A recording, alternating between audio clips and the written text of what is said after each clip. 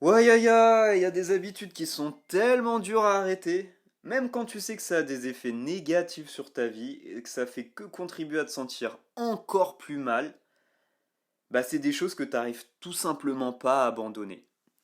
En fait, c'est compulsif, c'est comme plus fort que soi. Et moi, j'ai l'impression qu'on est bien nombreux à bien connaître ce truc, tu vois. Bah du coup, j'avais envie de parler de certaines choses que j'ai trouvées utiles et des choses qui m'aident et qui freinent ces putains d'habitudes compulsives. Bon, je dois quand même préciser que je parle pas des lourdes addictions là parce que sur ça j'ai aucune légitimité. Non, non, non. Moi je te parle de toutes ces petites choses compulsives du quotidien, genre réseaux sociaux, porno, la cigarette, le shopping, manger des cookies, se ronger les ongles, enfin tu vois ce genre de trucs. C'est juste que c'est trop difficile à arrêter. Ouah, putain de sa mère. Alors, ce que je te partage, c'est simplement quelques idées. Des idées avec lesquelles tu peux jouer. On va s'amuser. C'est parti! Alors, déjà, c'est important de comprendre qu'on n'est pas des idiots. Hein? C'est important de le dire. Non, mais parce que généralement, on fait pas des choses inutiles avec juste l'intention de se faire du mal. On le fait parce que l'habitude inutile, elle répond à un besoin. Et le besoin, ça peut être un truc genre oh, je m'ennuie, je veux un coup de dopamine. Oh, je me sens tellement mal dans ma peau. Je veux faire quelque chose d'agréable. Ça, histoire de me changer les idées. Ouah, je me sens tellement mal à l'aise dans cette situation. J'ai besoin d'une distraction. Quand ça arrive, cherche pas, t'es face à quelque chose d'inconfortable ou stressant. C'est important à comprendre, hein, parce que si tu cherches à stopper ton habitude comme ça, d'un coup, du jour au lendemain, bah tu supprimes ton mécanisme d'adaptation. Et tu le fais sans même trouver un autre moyen de répondre à ton besoin. Donc, mauvaise idée. La bonne question, c'est comment remplacer l'habitude compulsive et la remplacer de manière à ce que tu puisses toujours répondre à ton besoin. Voilà. Donc, si tu cherches à arrêter la clope du soir, par exemple, tu peux essayer en remplacement la méditation, la course à pied, faire des pompes, écrire dans un journal, te faire des automassages, pratiquer la respiration. Tu peux encore discuter avec des gens aussi, c'est pas mal. C'est juste des idées que je te donne, hein. À toi d'essayer les choses et voir ce qui t'aide. Maintenant, ce qui est vraiment, mais alors vraiment important, c'est de laisser tomber les jugements. Parce qu'on est souvent assez critique envers ces putains d'habitudes compulsives. Et c'est comme une partie de soi-même qu'on déteste, comme une confirmation qu'il y a quelque chose qui déraille complètement chez soi. Voilà.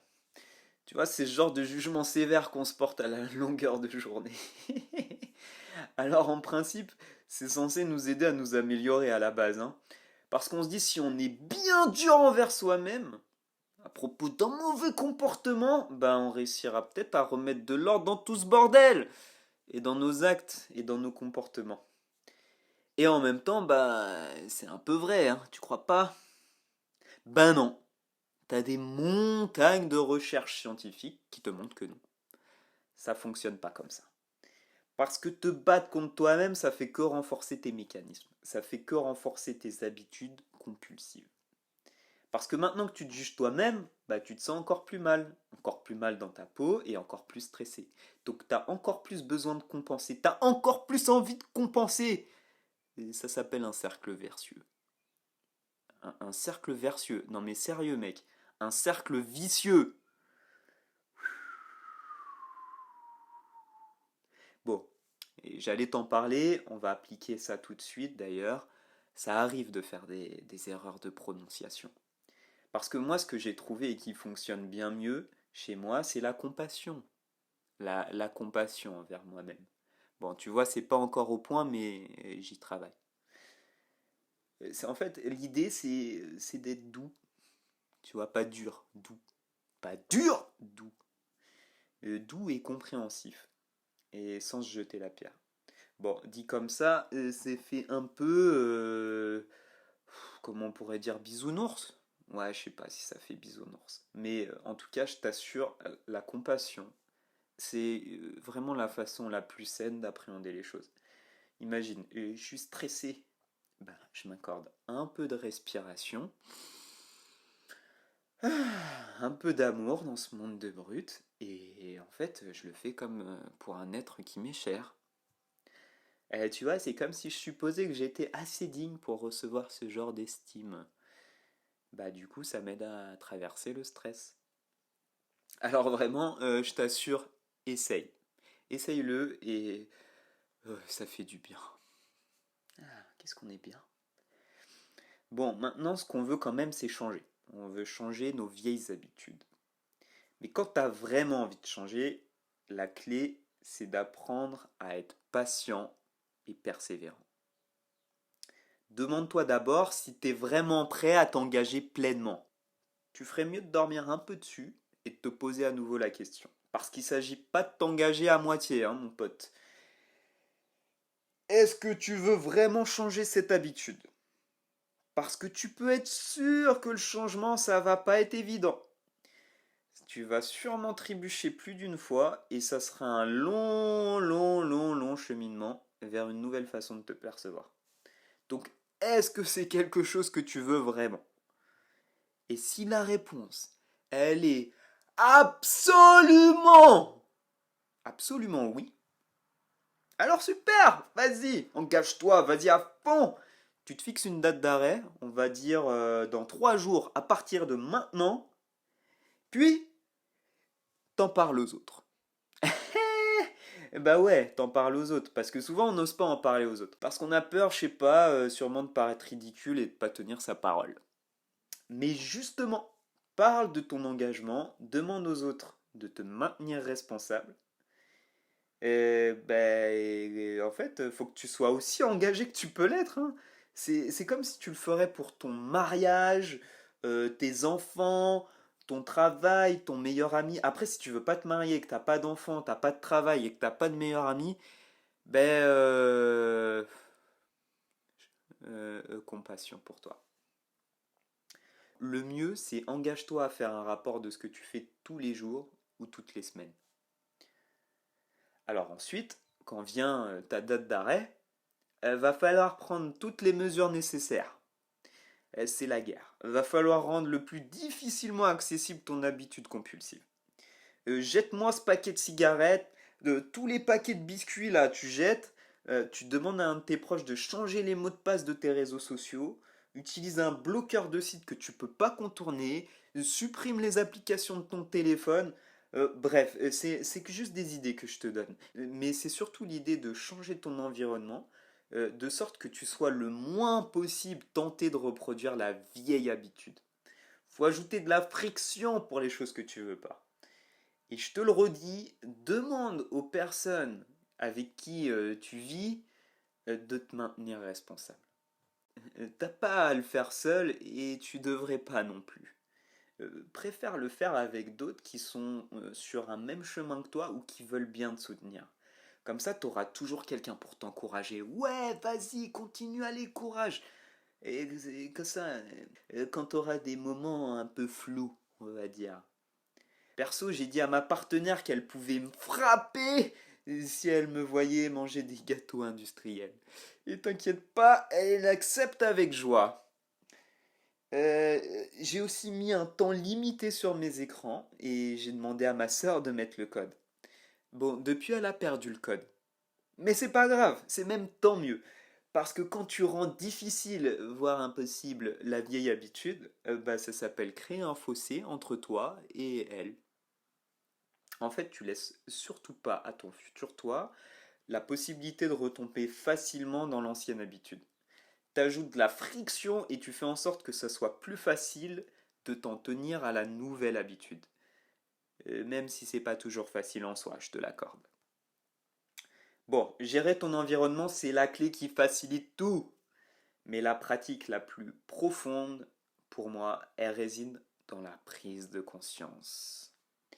C'est comme prendre une pause. Et c'est ultra puissant. Parce que quand t'as la pulsion là, qui vient de titiller là, et qui te pousse à faire la vieille habitude, bah, si t'es pas conscient de l'envie qui te traverse, tu seras beaucoup plus susceptible d'y obéir. Et tu n'auras pas le pouvoir en fait de la remettre en question. Parce que sans prise de conscience, la pulsion, elle devient comme un impératif. La clé, du coup, c'est de développer une conscience de l'envie. Et c'est ce qui te permet de la remarquer et pas de la considérer comme un truc impossible à gérer. Tu la remarques plutôt comme une simple sensation dans le corps et peut-être même une pensée du style allez, viens, viens juste une fois, c'est trop bon. Voilà. Quant à cette prise de conscience, tu as maintenant le choix. Et tu peux te demander si c'est vraiment ce que tu veux. Et la pratique, c'est juste ça. Et c'est seulement introduire une pause avant de suivre l'envie. Et c'est méga puissant, imagine, 5 milliards d'années d'évolution sur Terre pour que apparaisse ce pouvoir incroyable, ce pouvoir de la conscience. En fait, c'est juste le pouvoir de remarquer les choses. Quand tu es là, en train de te voir atteindre les cookies ou d'ouvrir ton application favorite Instagram, bah remarque seulement que tu es sur le point de le faire et fais une pause. Mais juste pour quelques instants. Regarde à quoi ressemble l'envie. Est-ce que tu peux fixer ton attention dessus pendant 10 secondes?